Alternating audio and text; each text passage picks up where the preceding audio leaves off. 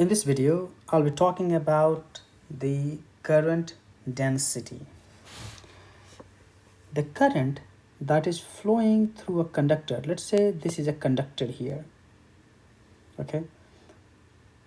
The current that is flowing in a conductor is given by this equation, where N is the charge carrier density. That means how much charge you have in a unit volume is called the charge carrier density. A is the cross-sectional area here.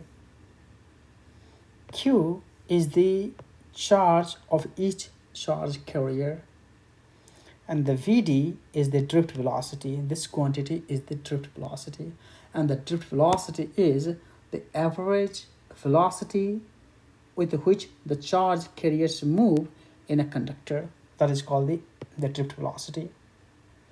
So once we have this current, and remember the current is a scalar quantity, it does not have any the direction, although it does have a direction. The current, of course, in this case the current flows along the conductor, but it is not a vector quantity. And the reason we say it is not a vector quantity, because the two currents are always added as a scalar.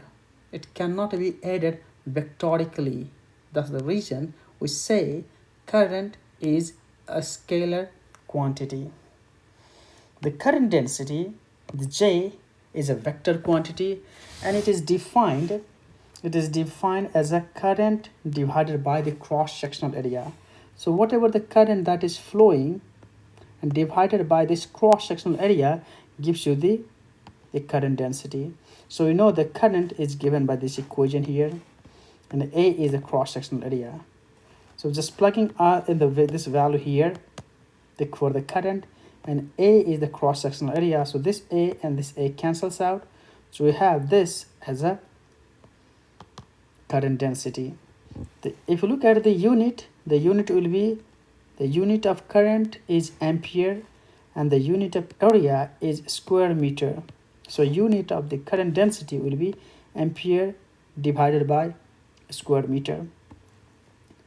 The current density is a vector quantity, and the direction of the current density is always in the direction of the conventional current. So in this case, the conventional current always flows from positive to negative, but the electrons move from the negative terminals to the positive terminals. So in this case, this is the direction of the electrons, and this is the direction of the current, or the current density.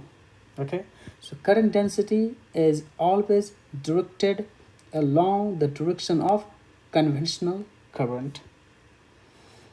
And if current density is a constant quantity, then this is how we find out the current in a conductor. But if the current density is not a constant quantity, then we find out the current by using this equation. Okay, I as an integration of J vector dot dA vector. And the one way of looking at this one is, or why do you study current density?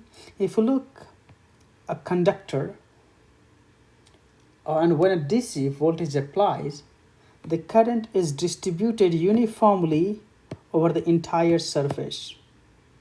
But when we apply the AC source, then the maximum current is at the outer surface, and the current decays inside the conductor.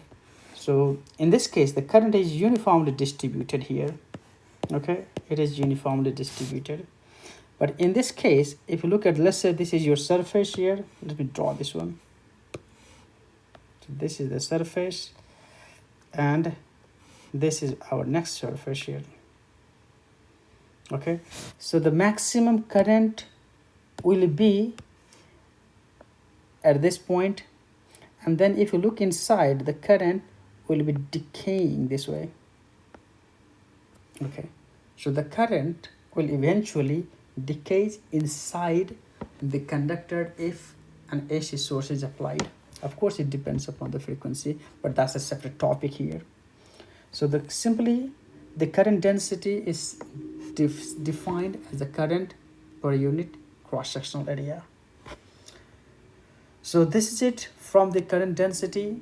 If you have any questions, write down your questions in the comment section below, and do not forget to like, share and subscribe the channel. Thank you very much.